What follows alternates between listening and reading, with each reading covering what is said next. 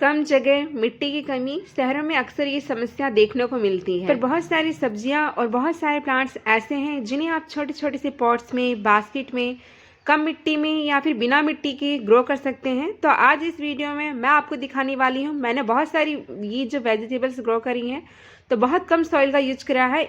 Even आप बिना soil use करे भी इस तरीके से ये सारी वेजिटेबल्स ग्रो कर सकते हैं और देखिए कितनी हेल्थी ग्रो हो रही है। और बहुत सारी वेजिटेबल्स हैं जिन्हें हम बॉटल में, जैसे कि टमाटर, धनिया, मेथी और बास्केट में आराम से ग्रो कर सकते हैं। तो चलिए आज इस वीडियो में देखते हैं कि कैसे हम कम मिट्टी में और बहुत इवन आप इन बास्केट को और पॉट्स को हल्का बनाएंगे इस तरीके से, तो हैंग भी कर सकते हैं। आप इसमें अपने घर से निकलने वाला वेस्ट का यूज़ कर सकते हैं। देखिए इस तरीके से मैं वेजिटेबल्स को ग्रो करने के लिए हमेशा बास्केट लेती हूँ और बास्केट के नीचे होल होना ज़रूरी है ताकि इसमें पानी ना रुके।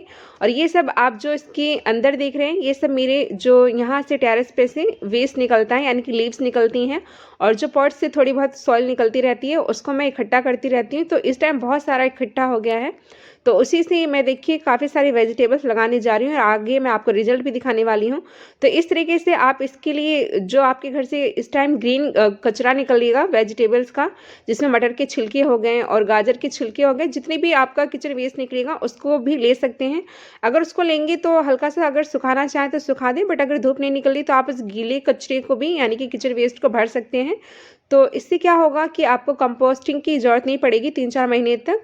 तो यहाँ पे मैंने ये लीव्स ली हैं और कुछ इसमें मैंने छिलके वगैरह थे वो भी सुखा लिए हैं पहले ही। तो उनको सुखाने के बाद इसमें मैंने फिल कर लिया और आप मेरे गार्डन की कंडीशन देख सकते हैं। देखिए इस तरीके से मैं अभी कुछ टाइम पहले ये नीम के पत्ते लाई थी तो मैंने इनको भी सुखा दिया है। तो आप नीचे नीम के पत्ते वगैरह, यानी कि जितने भी लीव्स वगैरह हो उनको फिल कर सकते हैं उससे पॉट को।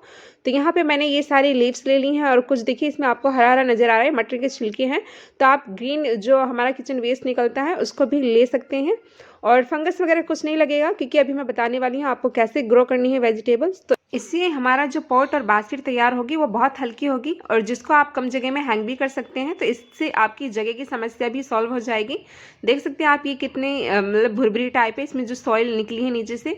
तो देखिए इस तरीके से जितने भी पत्ते थे मैं उससे फिल कर लेने वाली हूँ। बहुत सारे पत्ते हैं और बहुत सारी वेजिटेबल्स मैंने ग्रो करी हैं। तो इस तरीके से आप चाहे तो पूरा फिल कर सकते हैं और इसके ऊपर हल्की सी आप सॉइल की लेयर बिछा दें। और अगर आपके पास सॉइल नहीं है, जैसे कि हमारे शहरों में सॉइल की बहुत दिक्कत होती है, मुझे भी सॉइल बहुत बार बाय करनी पड़ती है, तो अगर सॉइल नहीं है तो आप एक काम और कर सकते हैं, सैंड आप बाय कर लें। अगर एक बोरी सैंड आपके पास होगा तो बहुत लंबे टाइम तक चल जाता है। सैंड में आपको थोड़ा सा कंपोस्ट मिलाना है, तो सैंड में कंपोस्ट मिला करके आप बहुत सारी वेजिटेबल्स बहुत इजीली ग्रो कर सकते हैं। तो यहाँ पे देखिए इस तरीके से मैं दोनों बास्केट को पूरा फिल कर लेने वाली हूँ इसी वेस्ट से जो मेरे टेरेस से निकला है। इसमें आप सूखी पत्तियाँ और ग्रीन किचन वेस्ट यूज़ कर सकते हैं और इससे आपके जितनी भी वेजिटेबल्स हैं और प्लांट्स हैं उनको कंपोस्ट मिलता रहेगा। तो यहाँ पे देखिए मैं काफ़ी सारे सीड्स ग्रो करने वाली हूँ। मेथी हो गया, ऑनियन हो गया, धनिया हो गया, टमाटो हो गया, ये सभी आप अभी ग्रो कर सकते हैं। तो इस तरीके से मैं अभी सभी ग्रो करने वाली हूँ और कुछ का रिजल्ट भी शेयर करूँगी जो कि ग्रो हो चुकी हैं।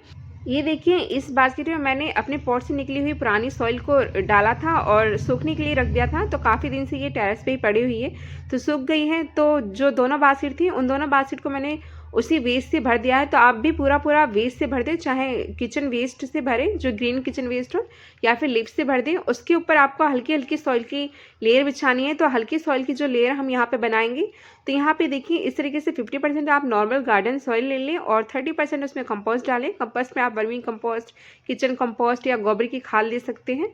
और इसमें आपको 20% सैंड जरूर रखना है ताकि आपके सीड्स अच्छे से जर्मिनेट हो और पानी रुके ना। देख सकते हैं आप ये सॉइल कितनी भुरभुरी है, क्योंकि ये मेरे पुराने जो पॉट था उसकी सॉइल मैंने निकाली है। तो इसमें मैं दोबारा से 20% वर्मी कंपोस्ट मिला दे रही हूँ ताकि इनको दोबारा से न्यूट्रिएंट्स मिल सके और जो हमारी सॉइल है वो न्यू बन जाए। तो इस तरीके से आप अपने पुराने जो पॉट की सॉइल निकलती है उसको सुखा करके उसमें कंपोस्ट मिला देंगे तो वो सॉइल हमारी दोबारा से न्यूट्रिएंट्स से भरपूर हो जाती है। तो यहाँ पे मैं देखिए इस वाली बास्केट में ग्रो करने जा रही हूँ मेथी, और सभी का रिजल्ट मैं आगे शो करने वाली हूँ वीडियो में। तो मेथी के सीड्स को आप भिगो भी सकते हैं जर्मिनेट करने के लिए, और मेथी के जो सीड्स होते हैं एक बार डालने के बाद 3-4 दिन में बहुत इजीली जर्मिनेट हो जाते हैं। जैसे कि अभी इस टाइम कोहरा बहुत पड़ रहा है तो अभी थोड़ा सा टाइम भी लग सकता है जर्मिनेट होने में, पर 5 से 6 दिन में ये इजीली जर्मिनेट हो जाते हैं। और इस वाले दूसरे वाले बास्केट में मैं ग्रो करूँगी सोया। सोया आप सभी जानते हैं कि सोया में बहुत अच्छी खुशबू आती है। तो सोया के सीड्स देखिए कुछ इस तरीके से होते हैं। सोया के सीड्स भी मैं अभी जर्मिनेट करने वाली हूँ। तो इस तरीके से आप हाथ में लेके सोया के सीड्स को थोड़ा दूरी दूरी पे डाल दें और सीड्स को डालने के बाद आपको सॉइल की लेयर से कवर करना है। सॉइल की जो लेयर से कवर करें, बहुत हल्की लेयर से कवर करना है, क्योंकि सीड्स आप देख ही सकते हैं कि कितने छोटे छोटे ये सीड्स होते हैं। बट सोया के भी सीड्स हमारे 6 से 7 दिन में बहुत ईजिली जर्मिनेट हो जाते हैं। आप एक काम कर सकते हैं अभी सीड्स को जर्मिनेट करने के लिए कि ओस और जो हमारा पाला है उसका ज़्यादा फर्क ना पड़े।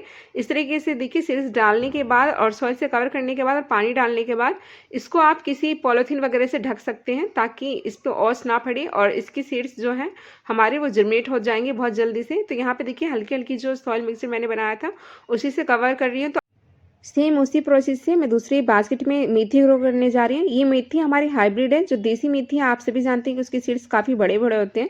तो ये जो हमारे हाइब्रिड मेथी है इसके सीड्स थोड़े छोटे छोटे होते हैं। तो सीड्स को थोड़ा गैप गैप पे डाल देना है, ताकि क्योंकि पास पास रहेंगे तो हवा कम लगती है और फंगस भी लग जाता है और इस तरीके से कीड़े वगैरह भी लग जाते हैं पास पास होने पे। तो सेम सीड्स को डालने के बाद सॉइल से हल्का हल्का कवर कर दे रहे हैं। जितने छोटे सीड्स होंगे उतनी कम सॉइल से आपको कवर करना है।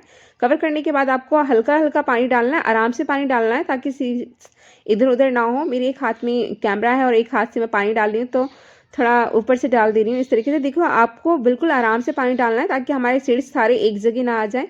सीड्स अगर एक साथ आ जाएंगे तो जर्मिनेट होने के बाद उनके बीच में दूरियां कम होंगी, तो वो अच्छे से ग्रो नहीं करेंगे और उनमें फिर फंगस और कीड़े लगने के चांसेस भी बहुत ज़्यादा बढ़ जाते हैं। तो इस तरीके से पानी में डाल दे रही हूँ सभी में।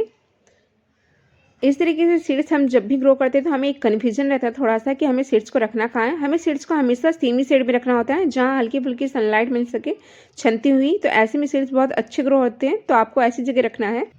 तो ये 15 दिन का रिजल्ट है और देखिए मेथी कुछ इतनी बड़ी ग्रो हुई है। और यहाँ पे मैंने कुछ सीड्स डाल दी थी सरसों के भी और मूली के भी, वो सभी भी ग्रो हो गए। फ्लोरिंग प्लांट कितने भी हों, बट जब वेजिटेबल ग्रो होती है और हार्वेस्टिंग करते हैं तो काफ़ी अच्छा लगता है। और ये जो आप देख रहे हैं आप, ये लगभग 25 दिन का रिजल्ट है। देखिए काफ़ी हेल्थी ग्रो हो गई है मेथी और सरसों भी काफ़ी बड़े हो गए हैं। और कुछ और वेजिटेबल के सीड्स मैंने अभी साइड में डाले हैं, तो वो भी ग्रो हो गए हैं।